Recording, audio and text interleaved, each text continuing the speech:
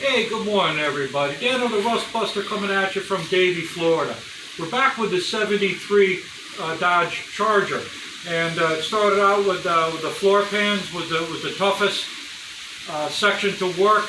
Then we went to the trunk, and then we discovered some holes in the drip pan.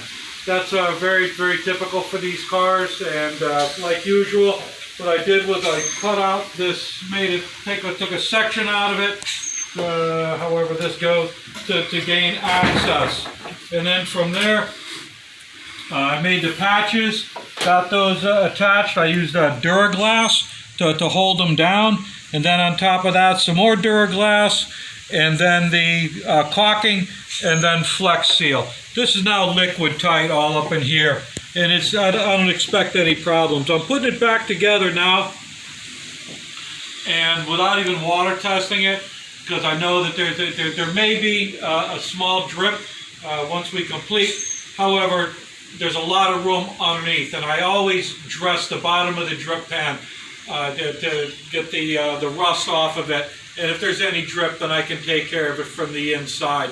It's no big deal. I'm going to be moving off to the passenger side in a little bit. The owner just took out the heater core and the AC evaporator. They just don't bother anymore trying to get that old technology to work. It's just not worth it. The replacement parts are so expensive. It's not technologically advanced, so everybody just uses the aftermarket AC components. They work great. They're acceptable for as far as upgrades, you know, resto mods and such like that. Let's take a look inside at the floor and see where we ended up with that. I don't think I showed anything before, but it was really because of the drip pan. And obviously it was leaking for a long time. The carpets were saturated, and this whole floor was completely blown out. Fortunately, the water didn't get past and into the back, so this is all original.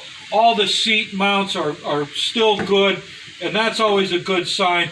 That's a bonus. So as you can see, the pans are in. They're all treated, both sides, and I'm going to hit it again with the Flex Seal. That works really good for smoothing out seams and such like that. The owner's doing a really good job of documenting all these repairs. That way, when somebody looks at the car and they know, or they want to know what the floor looks like, you don't go tearing up the carpets just so the guy can look at the floor. There's going to be a sound deadener going in on this. They call it lizard skin or gorilla mat or whatever they call it. So once it's down, it's down. It's always best to make sure that this stuff is well documented. There was just a small hole in the back here. You see the patch in here. You know, it's a typical quality repair. It's not restoration work. It is a repair. But the rest of the floors are in really good shape. Well, now they are. It was just the drivers and passenger up front here. Let's go take a look at the back and the trunk.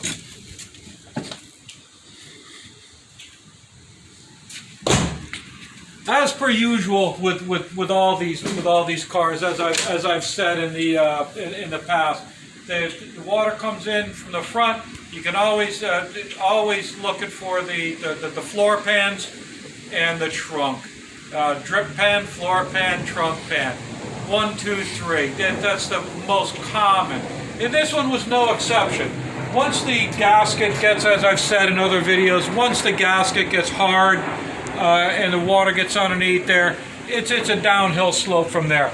There was a fiberglass patch in here that somebody put down years ago, and I didn't have too much of a trouble getting it out of there, cutting back the rust and replacing it with steel. It was patched probably from here to like here up to here, and that's the way my patches look when they're done. On this side, they replaced the lower rear quarter, and they did an overlap. And when you do an overlap, this had a big flap of extra metal that just couldn't stay there. It made me crazy. So I trimmed it back as far as I could. They had it filled in here.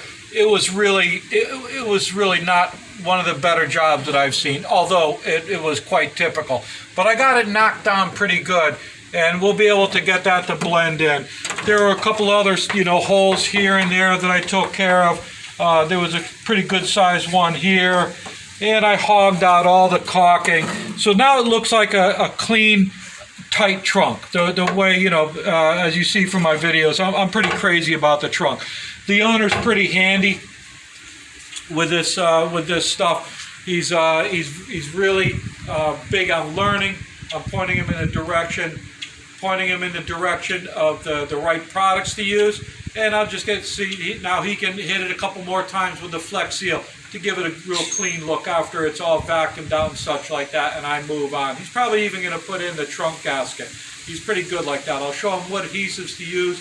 The gasket's going to have to come out before it gets painted, so he can't go using the weather stripping adhesive, because you won't be able to get it out again. That shit is one-shot deal. It'll end up tearing everything up.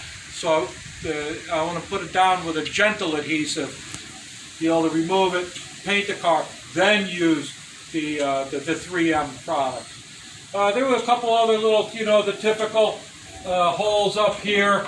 I had to make all this up. This is all metal work, and as you can see, I kind of shot it with a little paint, some clear, just to keep the water out. He's going to be driving this as a daily for a while until he gets his until he's ready for paint. When he's ready for that, I'll come back, and then we'll start knocking down the blisters in the lower rear quarters.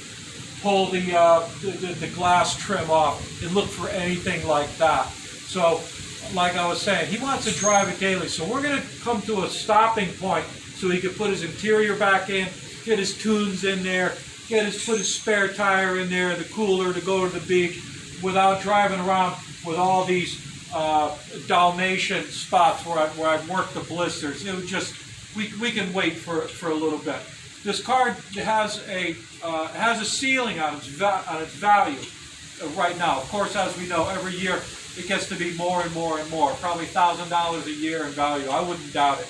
But at the same time, at the present time, it does have a ceiling, so we really got to be careful what we're doing here. He's not adding $5,000 motors and such like that. So, but we're on track. It's been a good car. She hasn't broken any bolts. We haven't found any crazy surprises, rusted frame, nothing like. She really is a good car, and we're both having a good time working on her. So I'm going to continue on that drip pan. I might do another video when it's done, but chances are this will probably be the last one, unless I come around after he gets it all washed up out onto the driveway. Until then, hey everybody, thank you and have yourself a nice day. Be well.